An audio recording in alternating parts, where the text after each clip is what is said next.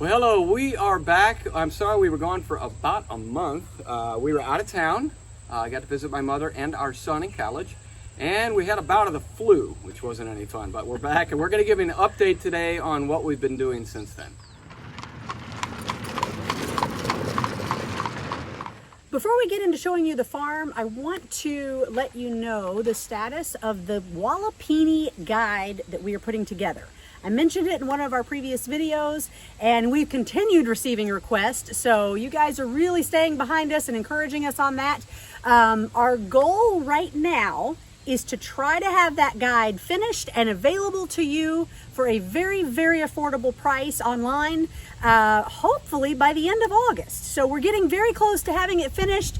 We're just having to kind of squeeze it in between all the other tasks. So stay tuned for that. So where I'm standing right now, there used to be a large mound of dirt. In fact, most of the videos of the house, this time-lapse videos, were taken from on top of that large mound.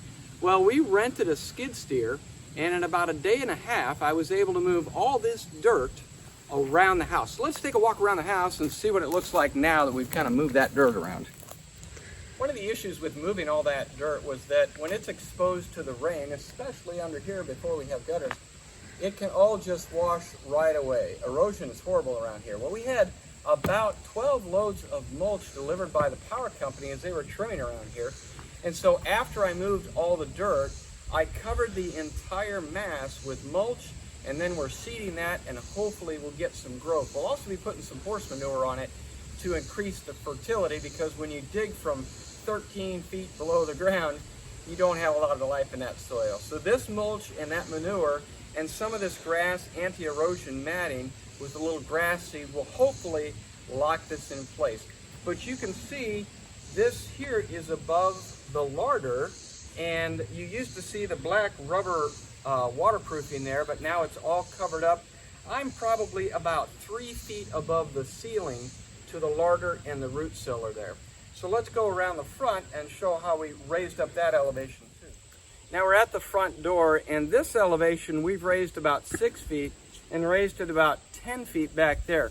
But it gradually falls back down to the height of the Walapini wall in the back. So let's walk around to the back and see what happened back there.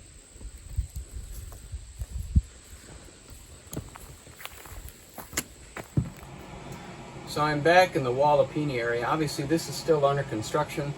I just want to say that this entire stairwell here was made of recycled material.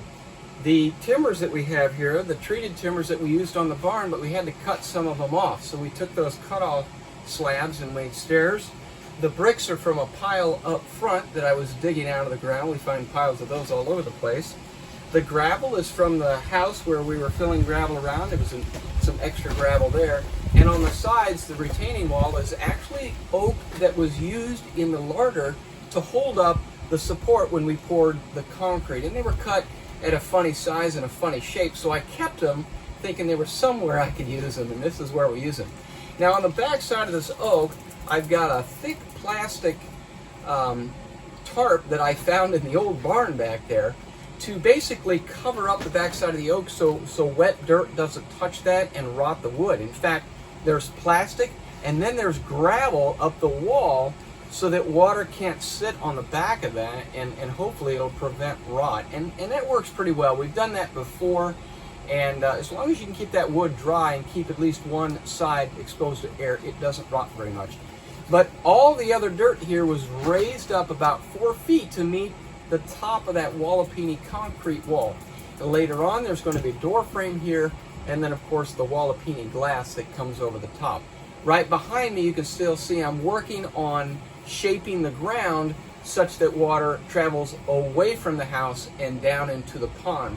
And basically, I did a lot of this with the skid steer, the big stuff, but the little stuff I have to do by hand. It's just a shovel and a pickaxe and a rake. And when it's hard clay like this, it's hard work. So while Sean's been busy outside, I've been busy inside and just kind of plugging along on these rooms. You may remember we were working on the children's rooms in one of the videos. This room is the closest to being finished. I still have some trim work to do. It's not 100%, and we're still getting things up on the wall and off the floor. But this one, we're pretty happy about. This is a fun room. It's been a lot of fun to build. We were going for kind of the shiplap look, but we sort of found a little bit of a cheat that we could do, because frankly, cutting all these boards to be shiplap were taking forever. And it was a two-man job, which, believe it or not, is kind of tough around here to find a helper. So what Sean did was wind up just trimming them all of the same size on his lumber mill, and they fit together very nicely. Now, there is a possibility they could shrink down more than we want, and we could wind up with gaps, in which case the backup plan is to put a little bit of essentially like a mortar in there, so it looks kind of like the cabin that has, you know, the white, the chinking that goes in between. So they do make that, and that's our backup plan, but I'm not sure if we're going to need it because this lumber has been drying for about a year, so hopefully we'll be good to go. But this is an exciting room. Nathan's got some of the things that he's collected and his little hunting theme. He's got his turkey and his first deer, and he's pretty happy in here. This is his little hunting retreat. Well, another section we're really proud of is my office. So we decided to put a small office just off the living room. It's really not much more than a closet. I don't need a lot of space, but we do need space for our mail and for me to run my Tip Mustang program and just some odds and ends. I do a lot of work on the computer, writing articles for magazines and such. So this was really the best location for it. This, like everything, is not finished. We still have some trim work to do, but it's very close to being done. But it gives me my computer. We were able to put together some tulip wood, which I just stained for shelves. Right now I'm just trying to find the boxes that have the rest of my office stuff in it so we can put stuff on these shelves. But once the trim work's done, that's really all I have left. Later we'll add doors so I can close this off, but that'll come with time. Right now I am just thrilled to not have the computer in the middle of the living room. It's got its own space where it's nice and safe now.